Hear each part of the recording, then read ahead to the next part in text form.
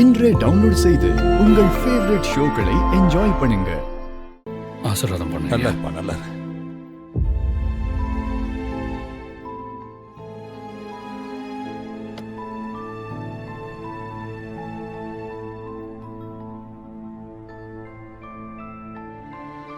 கர்ணா, இதுக்கப்புறம் நீ எங்க வெளியில போனாலும் ரொம்ப கவனமா போகணும், சரியா?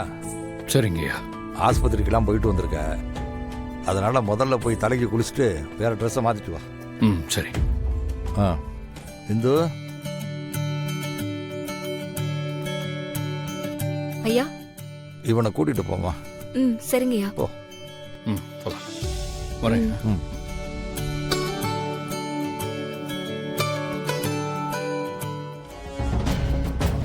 ஒருத்தர்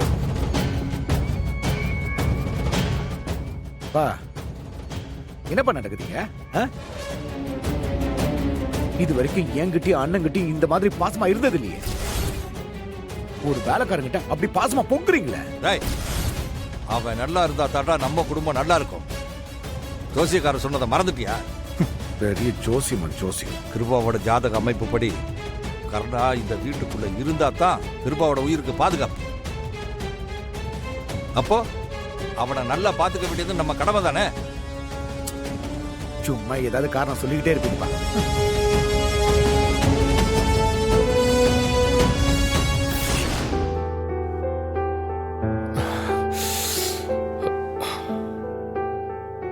என்னாச்சு கருணா?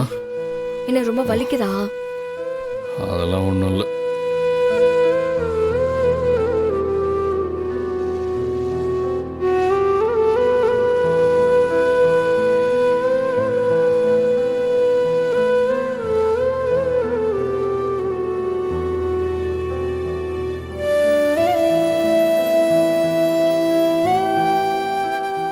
உன் புள்ள ஆக்சிடென்ட்ல அடிபட்டு ஹாஸ்பிட்டலில் ட்ரீட்மெண்ட் எடுத்து வந்திருக்கேன்.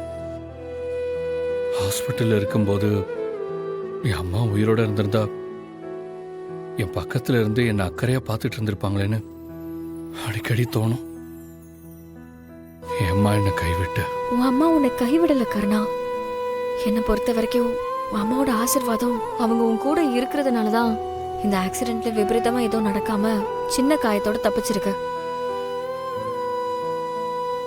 இப்படி எங்கெங்கயோ என்னால பார்க்க முடியாத தூரத்துல இருந்து என்னை காப்பாத்துறதுக்கு பதிலா என் கூடவே இருந்து என்னை பார்த்துக்கிட்டு இருந்திருந்தா என்ன அனாதன்னு சொல்லியிருக்க மாட்டாங்களே. இங்க பாரு, இதுக்கப்புறம் நீ அப்படிலாம் நினைக்காத. உனக்கு ஒண்ணுனா நினைச்சு ஃபீல் பண்றதுக்கு நாங்க எத்தனை பேர் இருக்கோம் பாத்தியா? உனக்கு ஆக்சிடென்ட்னதும் வீட்ல இருக்கிற எல்லாருமே துடிச்சு போயிட்டாங்க. சீக்கிரமா சரியாகணும்னு கடவுள்கிட்ட வேண்டிக்கிட்டாங்க.